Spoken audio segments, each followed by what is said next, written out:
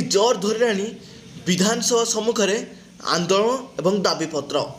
ଯେତେବେଳେ 7 ମାସ ସରକାର ଯେତେବେଳେ ବିରୋଧୀ ଦଳ ଥିଲେ ପ୍ରତିଶ୍ରୁତି ଦେଉଥିଲେ, ଦାବି ପୂରଣ ନ କରିବାରୁ ଗୋଟିଏ ପରେ ଗୋଟିଏ ସଂଘ ଆନ୍ଦୋଳନକୁ ଓହ୍ଲାଉଛନ୍ତି। ଦେଖିବାରେ ଫେବୃଆରୀ 14ରେ ବିଧାନସଭା ଘେରିବେ ମିଳିତ ପ୍ରାଥମିକ ଶିକ୍ଷକ ମହାସଂଘ। ବିଭିନ୍ନ ଦାବି ନେଇ ଆସନ୍ତା ଫେବୃଆରୀ 14 ତାରିଖରେ ମିଳିତ ପ୍ରାଥମିକ ଶିକ୍ଷକ ମହାସଂଘ ପକ୍ଷରୁ ବିଧାନସଭା ସମ୍ମୁଖରେ ବିକ୍ଷୋଭ ପ୍ରଦର୍ଶନ କରାଯିବ। ଶିକ୍ଷକ ମହାସଂଘ ସୋମବାର ଦିନ ଗଦାବରିଷ ଭବନରେ ଅନୁଷ୍ଠିତ ବୈଠକ ମହାସଂଘ ପକ୍ଷରୁ ଏହି ନିଷ୍ପତ୍ତି ନେଇଛନ୍ତି। ଯେଉଁ 14 ତାରିଖରେ ବିଧାନସଭା ଘେରିବେ ଶିକ୍ଷକ ମହାସଂଘ। ମହାସଂଘ ପକ୍ଷରୁ କୁହାଯାଇଛି ଯେ ବିଗତ ଦିନରେ ସରକାର ପ୍ରାଥମିକ ଶିକ୍ଷକମାନଙ୍କୁ ବିଭିନ୍ନ ପ୍ରତିଶ୍ରୁତି ଦେଇଥିଲେ ଏବଂ ବାରମ୍ବାର ପ୍ରତାରଣା କରି ଚାଲିଥିଲେ। କିନ୍ତୁ ପୂର୍ବ ଆନ୍ଦୋଳନମାନଙ୍କର ବର୍ତ୍ତମାନ ମୁଖ୍ୟ ଅନୁଯାୟୀ ଶିକ୍ଷକମାନଙ୍କୁ ଦାବି ପୂରଣ ପାଇଁ ପ୍ରତିଶ୍ରୁତି ଦେଉଥିଲେ। କିନ୍ତୁ ବର୍ତ୍ତମାନ ନୂତନ ସରକାର ଆସିବାର 6 ମାସ ବିତି ଯାଇଥିଲେ ମଧ୍ୟ ଶିକ୍ଷକମାନଙ୍କ ଦାବି ଶୁଣୁନାହାନ୍ତି। ସେଥିପାଇଁ ଫେବୃଆରୀ 14 ତାରିଖରେ ବିଧାନସଭା ଘେରିବେ ମିଳିତ ପ୍ରାଥମିକ ଶିକ୍ଷକ ସଂଘ।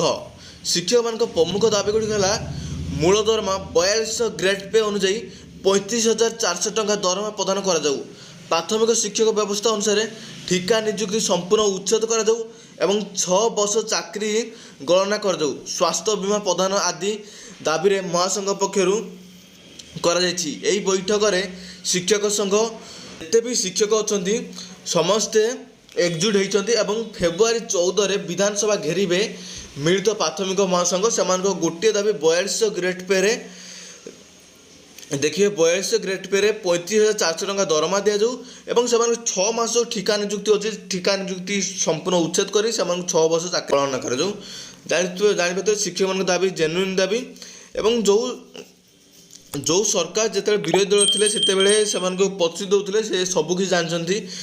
ଶିକ୍ଷକମାନେ କେତେ କଷ୍ଟରେ ଅଛନ୍ତି, ସେମାନଙ୍କୁ ବହୁତ କମ୍ ଦରମା, ସେମାନଙ୍କୁ ଠିକା ନିଯୁକ୍ତି ଉଚ୍ଛେଦ କରାଯିବା ଉଚିତ ଏବଂ ସେମାନଙ୍କୁ ଯେତେ ବି ଠିକା ଚାକିରିଆ ଅଛନ୍ତି ସମସ୍ତଙ୍କୁ ରେଗୁଲାର କରିବା ଉଚିତ। ଯଦି ଭିଡ଼ିଓ ଭଲ ଲାଗିଛି ଲାଇକ୍ ସେୟାର ସବସ୍କ୍ରାଇବ୍ କରନ୍ତୁ ଏବଂ ଏସ୍ଏମ୍ ହ୍ୱାଟ୍ସଆପ୍ ଗ୍ରୁପ୍ ଜଏନ୍ ହୁଅନ୍ତୁ, ଯାହା ଡେସ୍କ୍ରିପ୍ସନ୍ରେ ଲିଙ୍କ୍ ଅଛି।